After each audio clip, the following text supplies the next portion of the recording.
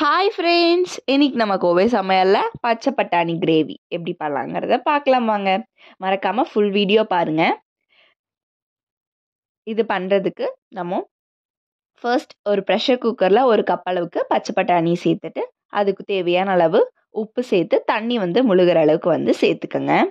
சேர்த்துட்டு ஒரு 3-4 விசில் விட்டு எடுத்துக்கலாம்.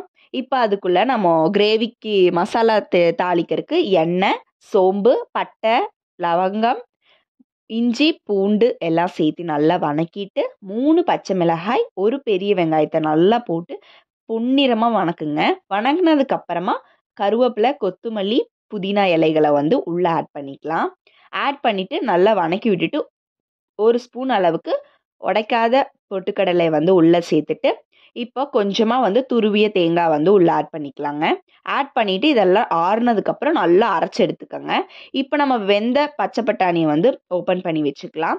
இப்போ அடுத்தது அதே பேனில் கொஞ்சமாக எண்ணெய், கருவேப்பிலைகள் சேர்த்துட்டு நல்லா பொடியாக நறுக்கின வெங்காயத்தை உள்ளே சேர்த்து நல்லா பொன்னிறமாக வணக்கிக்கலாம். இப்போ நம்ம அரைச்சி வச்சுருக்கக்கூடிய தேங்காய் விழுதை இப்போ உள்ளே ஆட் பண்ணிக்கலாங்க. ஆட் பண்ணிவிட்டு நல்லா மிக்ஸ் பண்ணி விட்டுக்கோங்க. இப்போது வேக வச்சுருக்கக்கூடிய பச்சை பட்டாணியை உள்ளே சேர்த்துட்டு ஒரு 10 நிமிஷம் நல்லா கொதிக்கட்டும்.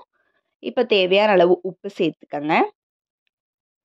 சேர்த்துட்டு நல்லா கொதிச்சதுக்கு அப்புறமா கரம் மசாலா 1 ஸ்பூன் அளவுக்கு ஆட் பண்ணிக்கலாம். ஆட் பண்ணிவிட்டு நல்லா மிக்ஸ் பண்ணி விட்டுக்கோங்க. இப்போ நல்லா ஒரு 5 நிமிஷம் கொதிச்சு எண்ணெய் பிரிஞ்சு மேலே வரப்போ கொத்தமல்லி தூவி சர்வ் பண்ணால் செம்ம டேஸ்டியான பச்சை பட்டாணி கிரேவி ரெடி ஆயிடுச்சு.